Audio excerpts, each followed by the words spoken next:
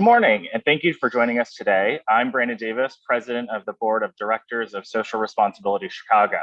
On behalf of the board and our Director of Strategic Engagement and Communications, Mary Cummins, thank you all for your continued support. We're glad you are tuning in. Today's program is very special, not only because of the topic, which is timely and of the utmost importance for Chicago, but also because it is the first ever program since we introduced and rebranded to Social Responsibility Chicago. Our mission is simple: accelerate positive change by providing purposeful, inclusive, and relevant resources that inspire ideas and new possibilities. Because of you, our members and guests, the dreamers and innovators of social impact in Chicagoland, we're able to carry out this mission. Thank you to all of our members for your support of Social Responsibility Chicago. Because of your generosity and partnership, we are able to continue the breakfast program series and add additional robust programs as an added benefit. We will soon announce a new program occurring quarterly that focuses on unlocking CSR. We recognize the power of CSR and want to bring clarity to its purpose, collaborations, job opportunities, and more. These professional development networking conversations are therefore geared towards unlocking the mysteries of CSR. I'd like to especially thank Tim Liston of Big Shoulders Fund, Jake Gross of Byline Bank, and Patricia Harris of Best Buy for spearheading this Lunch and Learn series. We're also starting a discussion series to share common problems and provide active solutions. On November 4, I will host an inaugural members-only group discussion on volunteer time off policies and procedures. If you're interested in the topic or want to share best practices, please contact Mary Cummins. I'd like to thank Megan Lynch of Julie Health and Care for suggesting the program opportunity. Finally, I'd also like to thank our Vice President of Programs, Kate Nardin of the Chicago Public Library Foundation, for her leadership and vision for thought leadership and intelligence-focused events. In partnership with the Board of Directors and with input from our members, Kate is pulling together a wonderful lineup of programs and events. If you haven't already, please be sure to respond to our survey you recently received to help guide our work, and also let us know if you or someone you know could serve as a speaker. Your feedback is important and a direct reflection of how we develop our programs, like today's panel. The Intergovernmental Panel on Climate Change is the leading world body for the assessment of climate change. Their reports have sounded an alarm on an issue that impacts us all.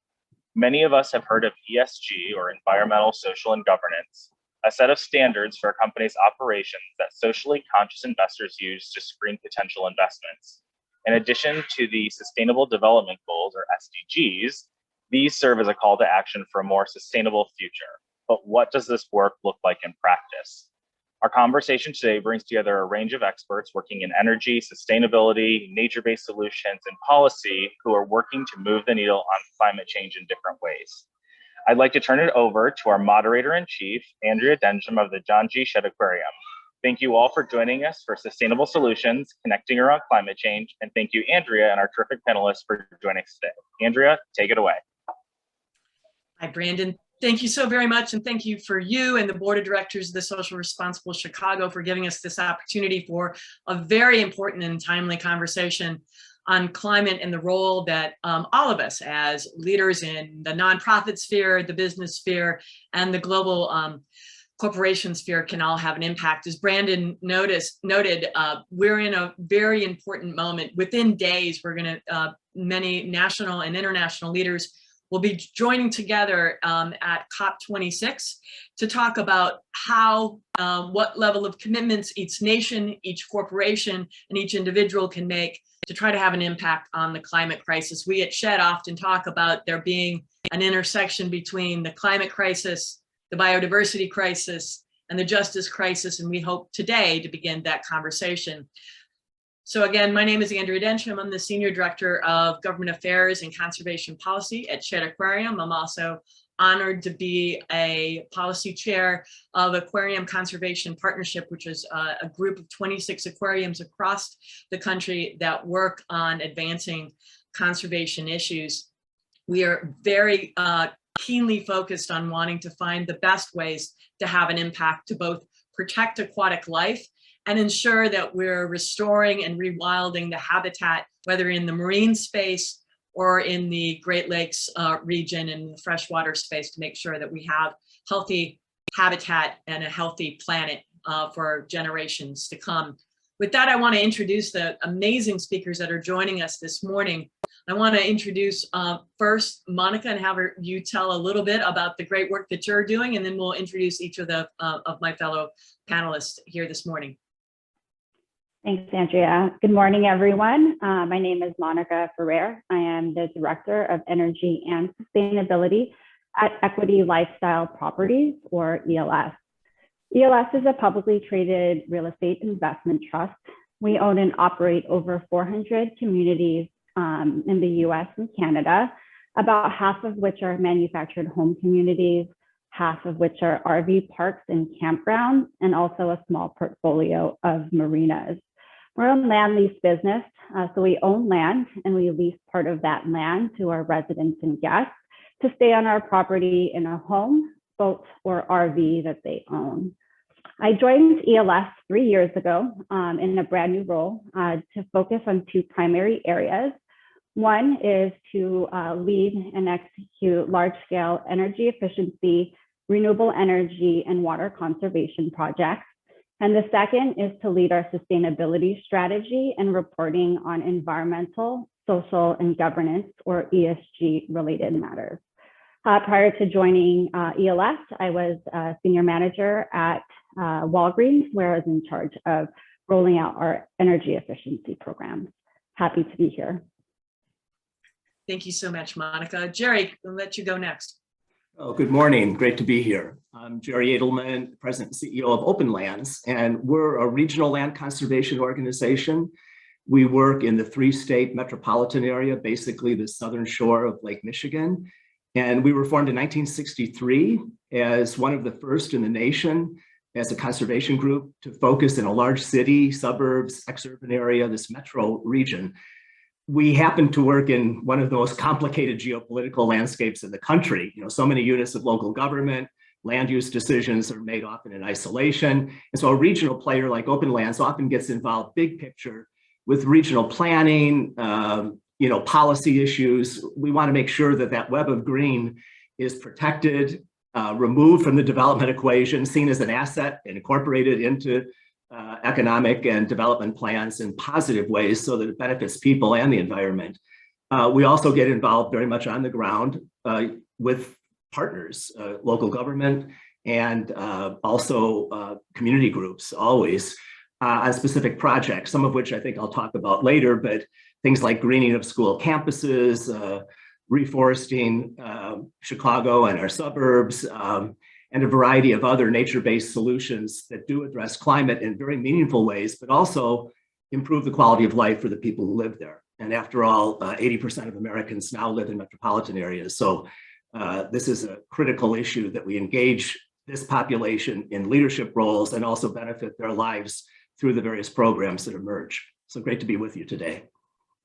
Thanks so much, Jerry. Townsend, can you give a little introduction? Thanks so much. Sure. Thank you, Andrea. And thank you, Social Responsibility Chicago, for having me here today. So my name is Townsend Bailey. I am a sustainability director for McDonald's North American team. So I lead our strategic planning processes for the US and Canada businesses for sustainability. And then I also lead our sustainable sourcing work in our US business as well, and supporting our supply chain there. So McDonald's, I don't necessarily need to say a whole lot about who McDonald's is. Hopefully most of you already know who McDonald's is, but a lot of times our sustainability story is one of our best kept secrets. So one of the things when we're talking about climate change, in 2018, McDonald's became the first restaurant company to set a science-based target initiative approved greenhouse gas reduction target. And earlier this month, we entered the UN Race to Zero with a commitment to achieve net zero emissions by 2050. And with that, we also signed on to the business ambition for 1.5 as well. So our commitment on climate change is pretty real. It's all the way from our top throughout the company.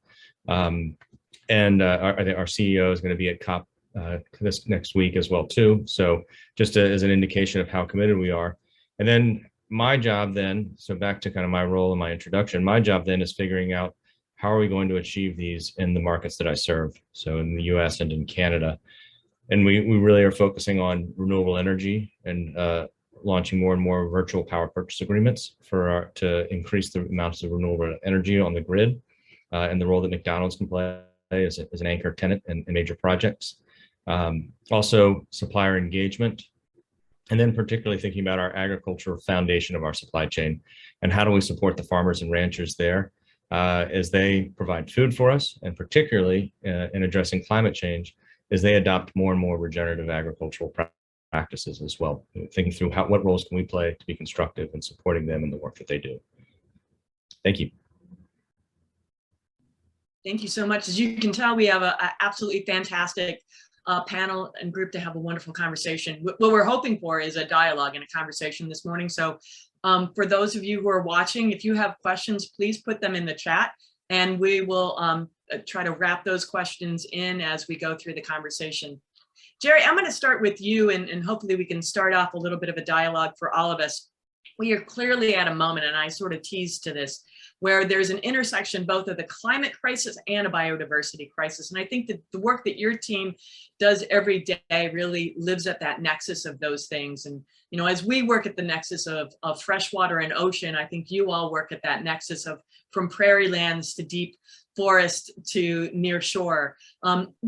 When we think about the crisis that's currently in front of us and some of the really devastating outcomes we've seen this summer with announcements of loss of some biodiversity, what do you think in terms of moving forward are some of the best nature-based solutions that we can do, especially in sort of the post-industrial Great Lakes region, like Chicago and Milwaukee?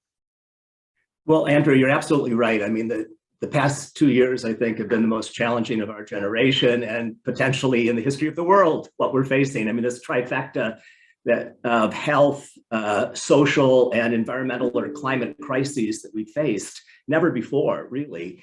And during this time, people have turned to nature for solace, for their own personal health, community health, kind of emotional well-being.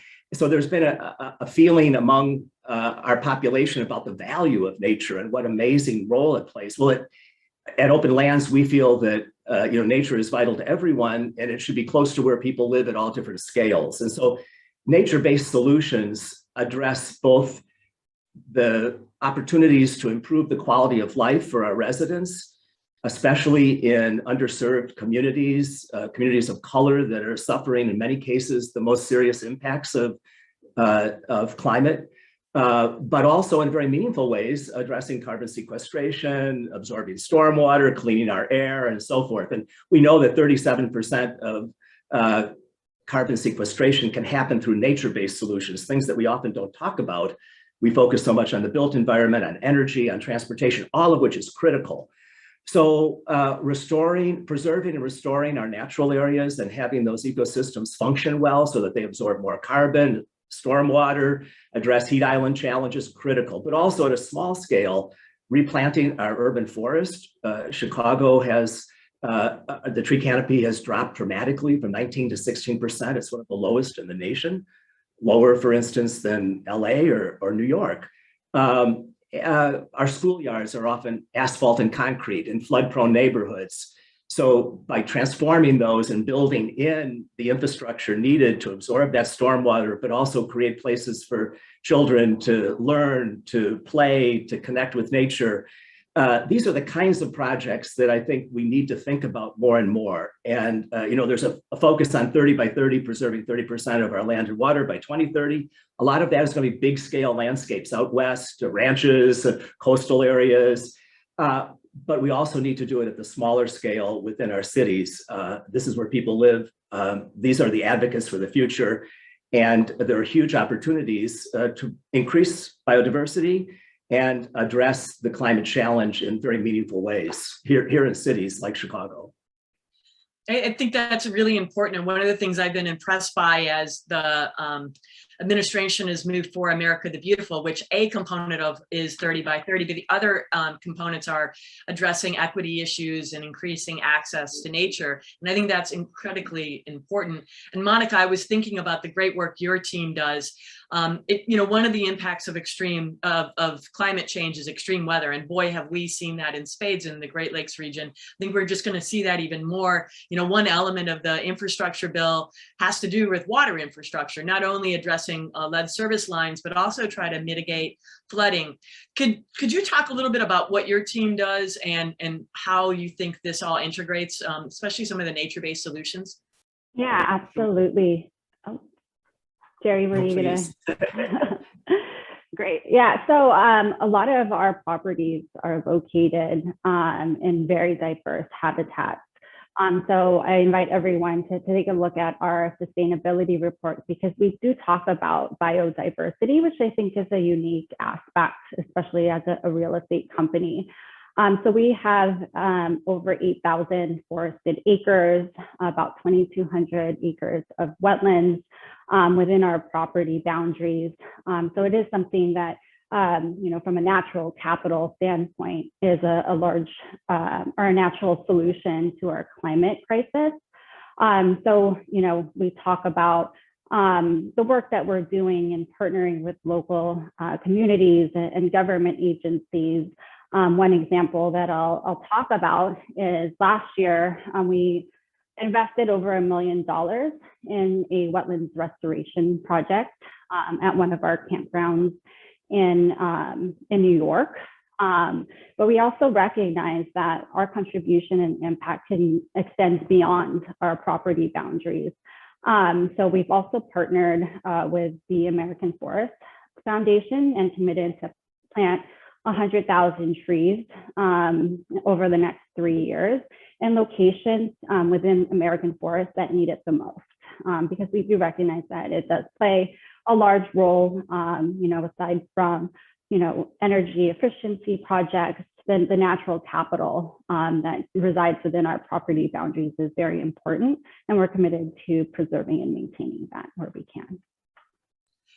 I think that dialogue around natural capital has been one of the more innovative moves I've been seeing. And I think, Townsend, the way in which global businesses like McDonald's can play in not only the United States, but in terms of supply chains across the world is really important. The other thing I just wanted to highlight is, we've been supporting this past year, Congresswoman Underwood's really interesting climate agricultural bill that was really advancing regenerative agriculture. And for an organization like ours, the reason why we care about something like that is if we can reduce the amount of pesticides and nutrient pollution that's finding its way into streams and waterways, then we're protecting the aquatic habitat that lives there. I know that you all have been doing some great work in that area, and it would be really interesting to hear how, as a larger global corporation, you've been advancing that kind of. Sure, and I was just getting ready to chime in because nature-based solutions are really an important part for us too, and particularly, we heard from Jerry about in urban environments or near urban environments, but when we think about rural America and the role that rural America has to play in addressing climate change as well, it really is an important opportunity there. And nature-based solutions in agriculture are a huge opportunity for us, and that's part of the reason why we're making big investments in supporting regenerative agriculture. Just this past year, we invested in 2 projects, one with World Wildlife Fund, Cargill, and the Walmart Foundation in the Northern Great Plains to engage 1.1 million acres of rangeland into regenerative grazing practices as well. And so it's really exciting to see the projects there. It's really focused on not just on the practices, but building communities and social networks around regenerative grazing practices, so that there's also sustained support and part of the cultural adjustments there too. And we see that as a big important part for addressing climate change, but also for building a resilient supply chain for the future. We also invested in another project looking at row crop production in Nebraska with the Nature Conservancy and Target and Cargill, and with our goal of engaging over 100,000 acres in adopting regenerative agricultural practices as well there. So those play tremendous roles in addressing climate change. I think one of the things as well, as we think about nature-based solutions, there's a really important for us to also continue to think about the language that we use in talking about farmers and ranchers. Oftentimes, agriculture can get vilified. We talk about what climate impact they have, but it's really important to think about the role that they can play in addressing climate change too. So one of the groups that we're really proud to be a part of is the U.S. Farmers and Ranchers in Action. They've launched their Decade of Ag Vision, and we endorsed that earlier this year as well. But they're really forging the path forward in terms of ways that agriculture and farmers and ranchers can be part of the climate solution as well. It's so important to bring everyone to the table and make sure that we're having good conversations. As the granddaughter of a dairy farmer, I completely appreciate that. Learned how to drive on a tractor, and it informs what I do every day, and I really respect that incredible work. I think the other area that we can talk about in terms of having skin on the game, and everyone probably saw yesterday the report out with concerns that when we get to COP, that there might not be enough commitment made by some of our the various nations across the world. What needs to happen in addition to national commitments, and I think probably why the CEO is there from McDonald's, is there needs to be corporate commitments and business commitments to try to advance this work. And I know I talked a little bit about the Aquarium Conservation Partnership, because one of the practices and the principles that we have is that if we're going to be asking policymakers and corporations to take actions, then we take actions ourselves. And so we're in the midst of aquarium-wide a climate commitment and trying to really take serious steps, not only for tier 1 and tier 2 commitments, but tier 3 ones. Would you, especially, Monica and Townsend, talk a little bit about, you think, the role that corporations can play in the leading edge of really advancing these kind of work? And Jerry, really interested to think about how that public-private partnership works and how we can try to help cities and towns across the Great Lakes region sort of move forward towards these kind of commitments if we're going to hit the one, try to avoid the worst outcomes in the coming years. Well, Yeah, sure. I'd be happy to chime in here, I guess, quickly that, the only way we're going to be successful in a metropolitan region like Chicago is through collaboration and partnerships with the business community, with local government, with communities who are most impacted, with the not-for-profit community, institutions, and so forth. And we're lucky in the Chicago area that we have one of the first regional climate action plans in the nation that was just launched a few months ago. And this was co-authored by the Metropolitan Mayor's Caucus and also by NOAA, the National Oceanic and Atmospheric Administration.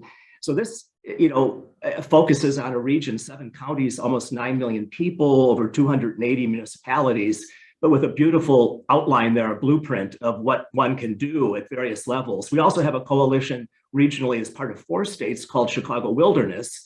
I think Shed is a member, Openlands was a founding member as well, but bringing together the conservation community, public agencies at all levels who manage public lands, but also the corporate business community in the not-for-profit world, broadly defined, to really develop a green vision for our metropolitan area that cuts through these political boundaries and understands the dynamics of ecosystems and biodiversity within our area. So I think there's some huge opportunities here for those kinds of partnerships and for the corporate community to partner, in creative ways with government and with the not-for-profit world, and obviously with the communities in which they work.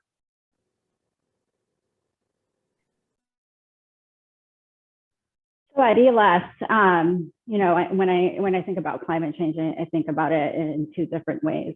What is my company's contribution to climate change? And then what is climate change's contribution or impact to our business?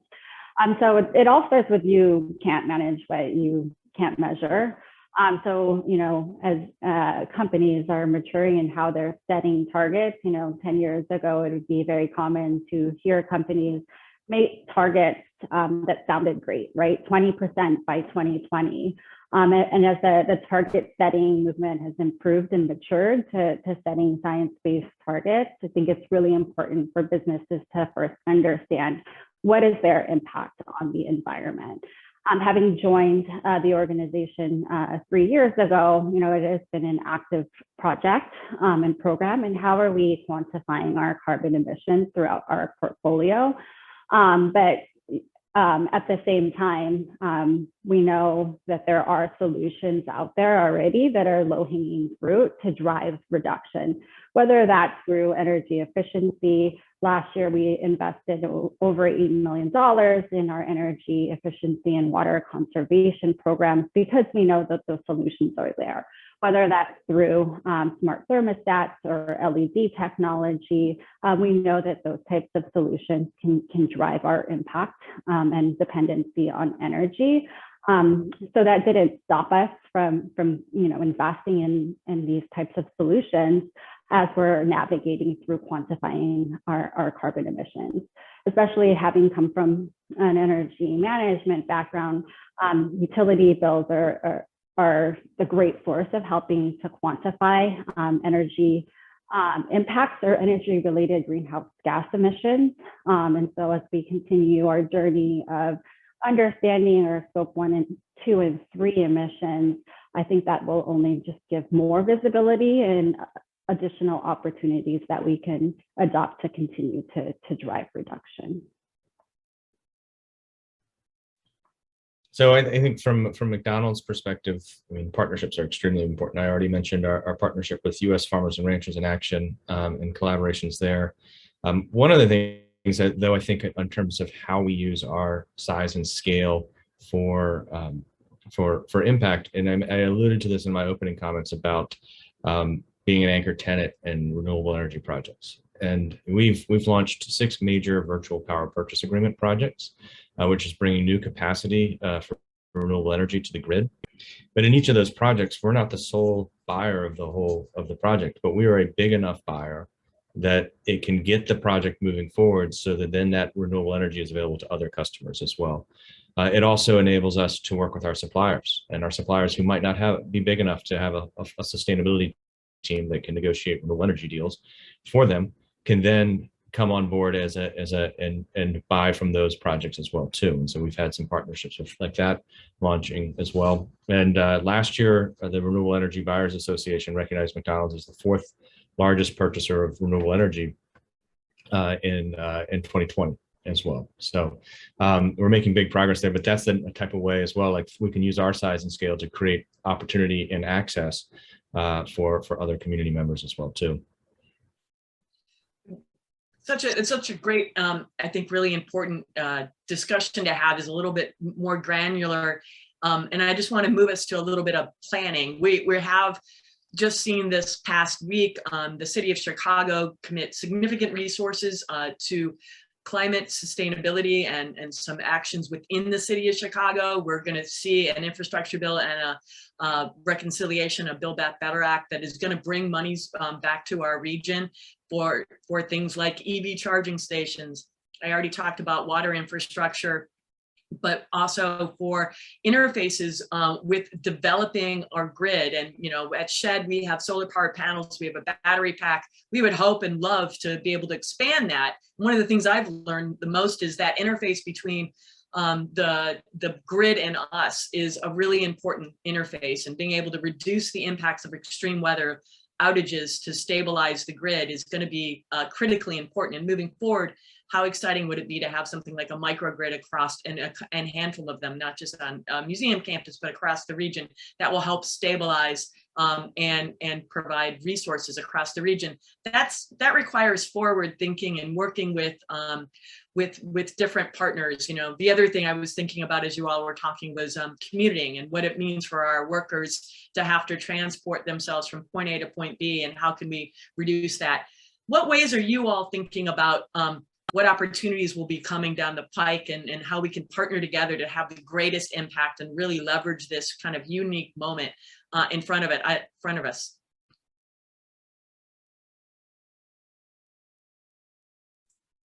Well, I guess I'll start here again, but Andrea, I think as you point out, there's a convergence here of some extraordinary opportunities.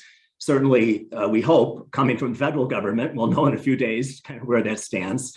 That opens the door to funding, to programs, to resources that weren't there before. But you need to be prepared then as a city, a region, a state, to tap into that and to leverage those things. Fortunately, the Lightfoot administration, as you know, has proposed a very ambitious climate package, which includes a lot of features related to nature-based solutions, which again address the quality of life of our communities in direct ways, as well as all these challenges of loss of biodiversity and the impacts of climate.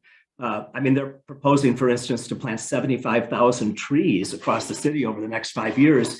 This is the largest tree canopy program the city has ever seen, even under Mayor Daley, who was passionate about trees and did so much.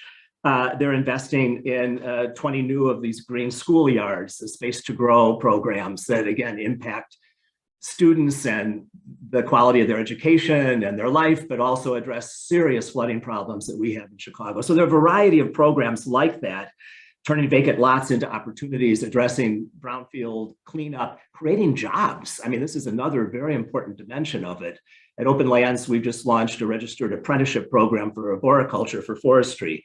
Many jobs are not filled in our region, but there isn't a pathway there that especially allows people from diverse backgrounds to even know about this. And so it's a 3-year program. So there are all these things that I think we need to do as a city and region if we're going to tap into the huge potential that's emerging in Washington. The city is they're in the process of updating their climate action plan that was adopted in 2008. So we want to make sure it has all the right components.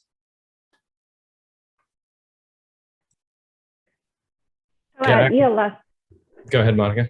So as we think about our renewable energy strategy, our focus now is how can we leverage on-site renewable energy at our campgrounds and properties. So we built our first on-site solar project at a campground in Morgan Hill, California, where we're actually built a RV storage canopy. So it actually provides as an amenity for our guests as well. It offers a premium covered RV storage space where we can put solar panels on top of that. We're building a 1.4 megawatt system in Southern California now, and we're going to continue to evaluate opportunities to leverage our acreage to build on-site solar. And then, as we think about what's next, I'd like to thank the companies like McDonald that are paving the way and providing that blueprint on, okay, if we don't have that surface area at our properties, what are other ways that we can evaluate, whether that's through a virtual PPA. And what's great about this space is that, there's a lot of great material out there. I know Townsend had mentioned REBA, but there's so much great information out there that help companies who are in their early stages of their sustainability strategy to help think about what an implementation and execution plan looks like as we think about expanding our renewable energy strategies.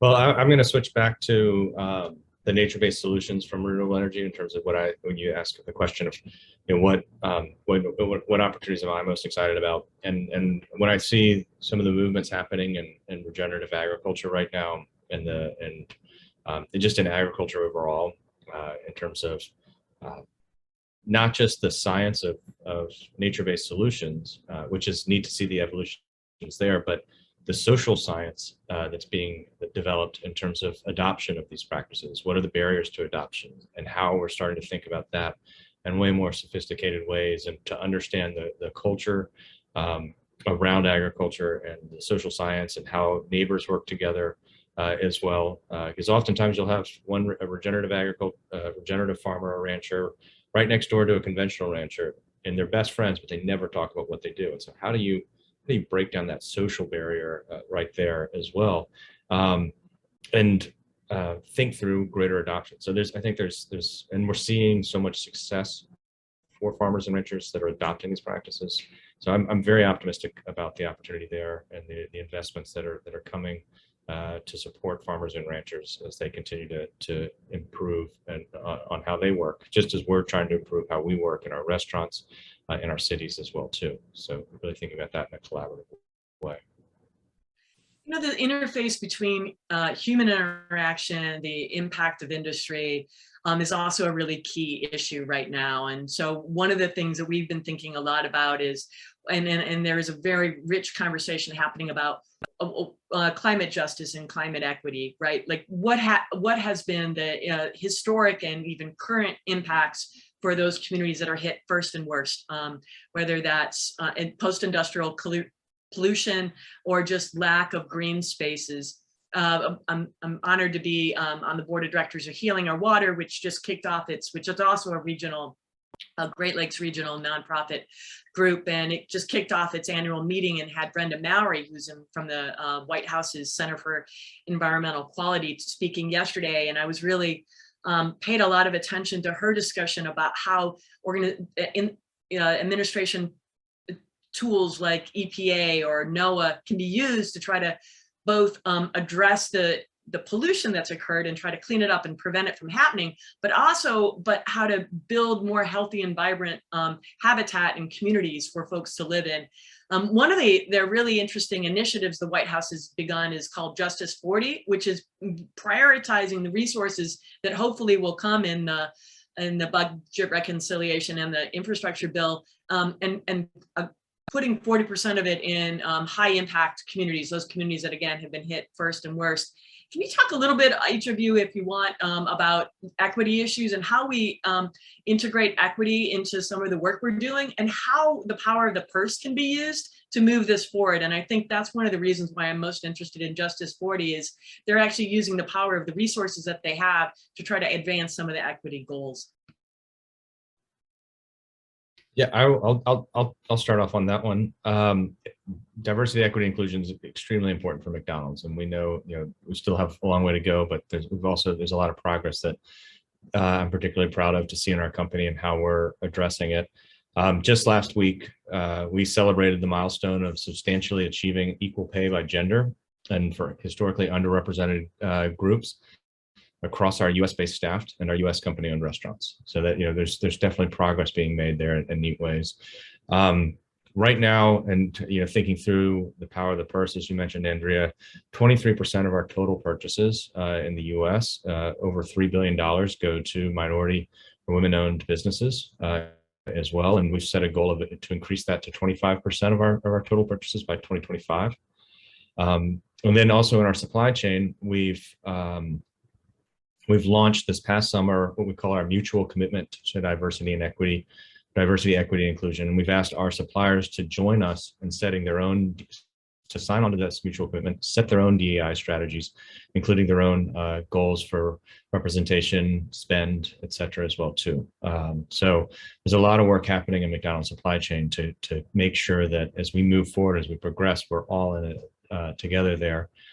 When I think about specifically on climate change and back to partnerships, because I think Andrew, that's a theme you brought up earlier, and it's one that is going to be important throughout. This year we signed on as a national sponsor of an organization called Manners, which is minorities in natural resources, minorities in agriculture, natural resources, and related sciences.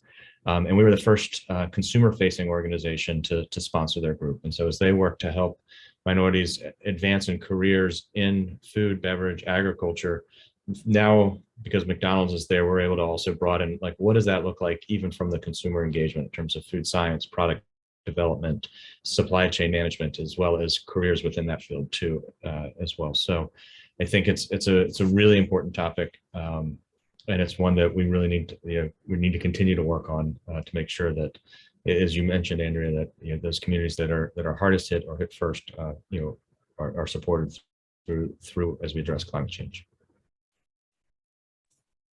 And I think if we look to a city like Chicago, we see that again the BIPOC communities are the ones that are hardest hit, as you point out, Townsend.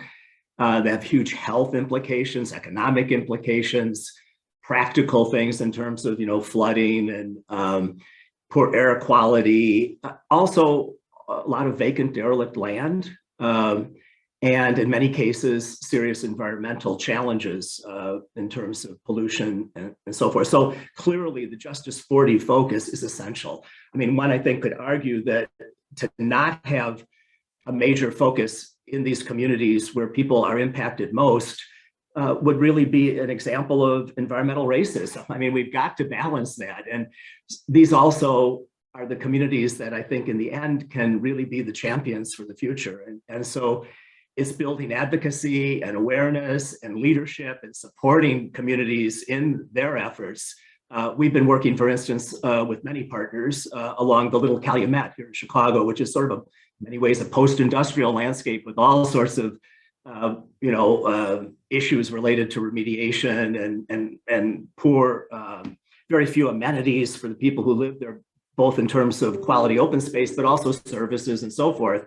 And the community has come together and developed a vision. It's a work in progress, looking at a lot of the vacant derelict land that's there, coming up with their plan to repurpose that for environmental purposes, but also for other uses, community gathering places, developing access to the river, thinking about urban agriculture, about environmental remediation and so forth. And so I think we, institutions and not-for-profits working citywide and beyond, need to partner always with communities who need to have voice from the beginning, the very planning of the project all the way through its implementation. So I think that the Justice 40 dimension of the Biden administration is absolutely critical. So at ELF, we operate communities. Even our manufactured home communities offer greater value in comparison to other housing options. So, as I think about providing that access through our campgrounds or even within our manufactured home communities, I think that that's always a top of mind.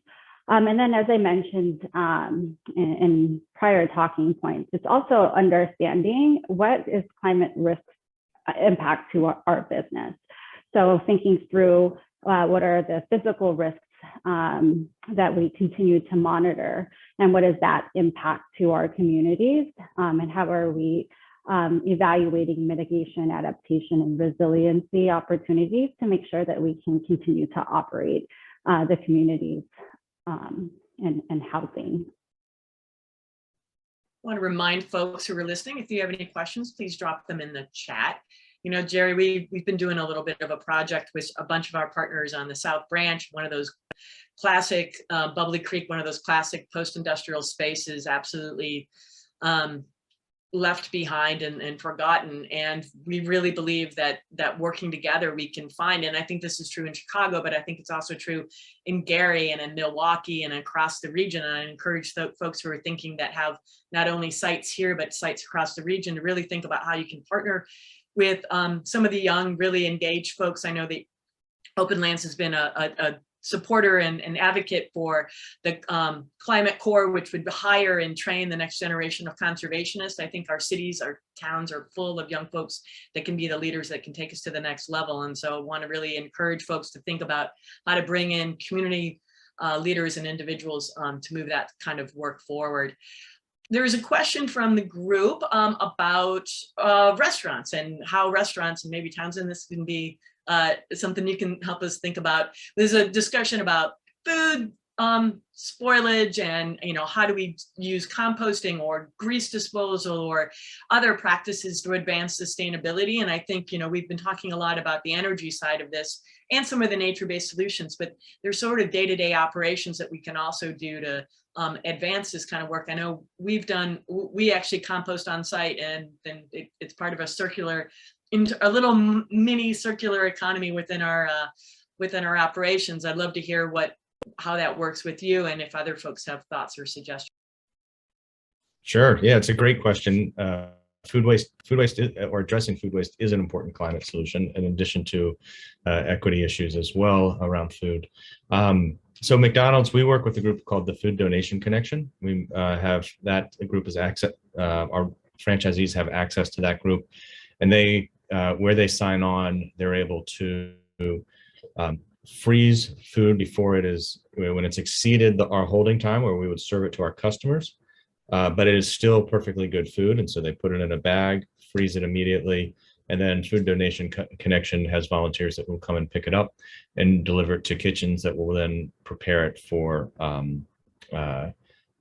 for their communities that they serve there. So for example, like you might have a hamburger patty that has exceeded its holding time, perfectly good, it gets frozen, and then in the kitchen that it goes to, it'll get ground up into chili or something that's as well, and it provides really important protein for those communities as well. Because food waste is also a really big expense for our company. It's one that's really managed proactively too. So we have very little food waste in our restaurants as well. But it's one where there's still a lot of opportunity there. And anytime you're throwing away food, it's also a really important opportunity for engaging our crew as well. And that employee value proposition, it's a way to demonstrate to our crew that we care about our feeding and fostering communities as well too. On the question of cooking oil and waste cooking oil, it's a great question. It's one I get a lot. And people have a lot of, one thing in the restaurant industry, you can rest assured is there is strong demand for used cooking oil. It gets used in everything from pet food, biofuels, makeup, cosmetic products, which might not be a really appetizing thing to think about, but it is recycled, refined, and so there are haulers that pick up all of our used cooking oil and recycle it into these other products already. And it's whether it goes to biofuels or pet food, it depends on what's the market price there. It's driven by economics. It's not the sexy circular economy story that we like to hear of. Oh, somehow it comes back and it's used in our trucks, but it is actually being reused and having that next life. In some of our markets, actually in the UK, we do have that circularity set up, but it's because it's a different infrastructure, different market for the product. But while our distributors' trucks are dropping off food and new product at the restaurant's back door, they're also pumping the old cooking oil into tanks in the bottom of their truck. And particularly one outside, there's a distribution center outside of London that has a biodiesel refinery next door. And so then as they're reloading, they're pumping out that oil to the biodiesel refinery and refueling with biodiesel there in the UK. So that does happen in some markets where the infrastructure is set up, but there are a lot of systems to make sure that where there is value in that product, that it's recovered as well.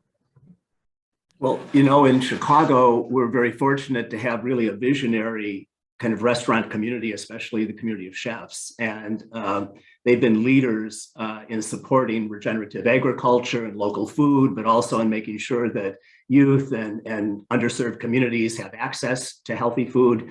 The Green City Market, you may be familiar with, which really was founded, by chefs.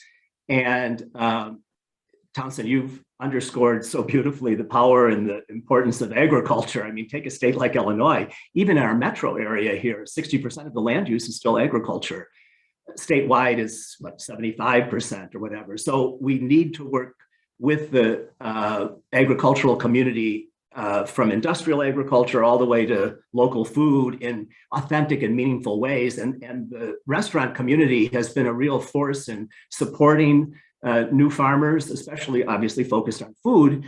But as you point out, neighbors, necessarily talk to each other, and there's a dialogue, and we're seeing such progress being made in more conventional corn, soybean, and large-scale agriculture as well. And so I see the chefs here in particular as really being ambassadors for so much of this, and trying to be more sustainable, and also to educate their patrons about the importance of healthy food, about the role of agriculture and sustainability overall. So we're fortunate here to have that kind of strong leadership. It's as some folks may know, Shed has worked for years in partnership with our colleagues at Monterey Bay Aquarium around sustainable seafood. And clearly how we fish, how we farm, have an amazing impact positively on providing high quality protein and high quality food for our communities, as well as on protecting and restoring habitat and the aquatic life that lives there, or the terrestrial life that lives there. One of the questions we just received was around the Greenest Region Compact and what companies can do to to begin to be a part of collective groups like that, but also how can we be advancing our work to try to have an impact on the really ambitious and necessary and critically necessary climate objectives that we're going to be discussed at COP. And I guess the last thing I'll say is we just had a great conversation at SHED, and one of the researchers that was speaking was talking about the 99 months we have in front of us to take really serious action. And I think that the seriousness and the depth of the next steps, I think there's been a lot of discussion at sort of 30,000 feet. And I think these kind of more in-depth on the ground kind of conversations of how the impact can happen to really move us there is sort of the next step for where we are. So any suggestions on how NGOs or corporations can help us really make an impact in the next 10 years? Well, I think definitely to become engaged with these different initiatives, to understand, what role one can play as a municipality, as an NGO, as a business. There are huge opportunities, I think, and the Green Region Compact is one for municipalities. I mentioned the Climate Action Plan for the Chicago region that has recommendations for all different sectors.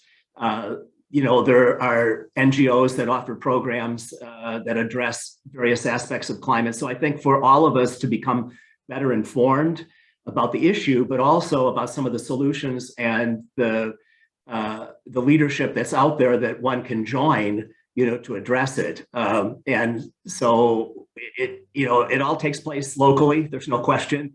But I think that the scale that is going to be most meaningful around the world is really the metropolitan scale.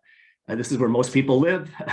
We produce most of the energy, we produce most of the problems, but I think we can also generate the solutions that impact people and the environment. And so good outreach and meaningful engagement and really exploring avenues that would allow you to make a difference is the first step. We have just a few more minutes, and so maybe Townsend and Monica and then Jerry, you can talk a little bit about what, some suggestions to those listening on next steps or lessons learned you've come up with as we think about how we all can work together and have a lasting impact.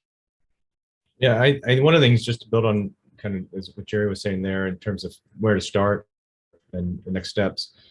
If your organization is working on climate change, you need to make sure you've got scopes 1 and 2 covered. Scope 3 gets much more complicated, but anybody can start with scopes 1 and scopes 2. So those are your direct emissions through energy purchasing or power purchased or energy burnt on site. So more within your direct control. So that's a really important place to start if you haven't already done that. Getting to scope 3 eventually will be important for overall credibility, but don't let the complexity of scope 3 stop you from getting started with scopes 1, scopes 2 as well. And then also when we think about this, and it's really, this has just been such a neat panel to be a part of too, hearing Monica about your company and Jerry, the work that you're doing here, especially in like the urban environment, and then thinking of the rural area as well. I think there's a real opportunity for introspection. A lot of times in climate conversation, we're talking about what other people need to do, what you farmers need to do, and we're working on supporting them. But what are the things that we need to do to support them? Like, how do we invite more introspection in the climate conversation too, in terms of the roles that we can play in facilitating action, or the roles that we are playing in hindering action, maybe unknowingly as well too, and thinking through that as well. So I think those are really important first steps. And I agree with you, Townsend, that I think one of the most important things is meaningful dialogue and open conversation, non-judgmental. I mean, that we're all facing this together. So how do we bring together all the different sectors and begin to understand the complexity and the importance of these issues and the roles that we can play? I think as individuals too, especially looking at nature-based solutions, there are huge opportunities. I mean, we have our Tree Keeper program, over 2,000 people who, go through a series of classes, who volunteer, who plant trees, who care for trees on public land in the city and now in some of the suburbs. Many organizations have volunteer groups, public agencies, forest preserves, and park districts, where they're involved in ecological restoration. There are all sorts of ways, thinking about the nature-based piece of it that people can do. We know on the other side in terms of recycling and energy conservation and so forth, but there's a broad range of ways in which individuals, corporations, and municipalities can get involved. And I think we need to look holistically and understand the pathway there and the comfort level that people have. Sometimes it's small steps initially, but ultimately that lead to huge impact. Yeah, I definitely agree with that. It's definitely those small steps that you can take to really make a difference. And I think that part of that is building a network, right? This is a great platform to build the network. So ask for help, especially for those who are in the very early stages of building their sustainability program or starting the conversation around climate within their own respective organizations. Ask how other companies have done this. We started our journey 3 years ago, but certainly there's been companies that have been focused on climate and other environmental, social, and governance topics for years. So ask for help. One story I'll share with you was, as we were thinking about how we develop our sustainability strategy, understanding our natural capital was very new to me. So, trying to solve the problem of how many trees do we have across our organization. I don't know how to count trees. So, reaching out to my network and, seeing how other companies are addressing solving problems like that or implementing solutions. There's such great material out there. I think that the sustainability network is very small as well. And very willing to help. I think we all kind of, have some sleepless nights counting down to the 99 months. So how can we help each other? I think that for, again, companies that are starting, how do we make that leap? How do we take advantage of what other companies have already done that's taken several years to build and have that starting point much sooner, because we can learn from how others are addressing these issues. Thank you, Monica. I think that's absolutely right. As we're wrapping up here, I just wanted to reinforce, the reason why we created Aquarium Conservation Partnership was to be able to work together and be able to have conversations of the unique challenges that we have in making our buildings more efficient and sustainable. But talking to each other, whether it's in your region, within your industry, that is how we're going to be able to move forward. I also really encourage everyone listening to think about stretch goals. What you feel comfortable reaching, and then a little bit further. And if you do it in partnership and you do it with folks who have maybe found some solutions already to some of the challenges you're having, we're going to be able to make those stretch goals faster. So with that, let me say it's been a true honor to have this be part of this conversation. Thank you, Townsend, Jerry, and Monica for participating. And thank you, Social Responsibility Chicago, for giving us the opportunity to have this important conversation today. Hi, everybody. My name is Kate Martin. I am a SR Chicago board member and the VP of programs. I want to thank all of our panelists and our moderator for this amazingly robust conversation. We have so many resources for people to explore in the chat, and we will post them on our social and our website. So really encourage people to follow us and to check out those resources and to make connections like we've been talking about today. This is a topic we are absolutely going to return to in our year of programming ahead. It impacts us all, and there are many, many different ways that we can come at this challenge. So thank you all for sharing this information with us, your time, your expertise. We really appreciate it. And to everyone listening, thank you for being part of our community and for joining us today. And we will see you at the next program. Thank you, everybody.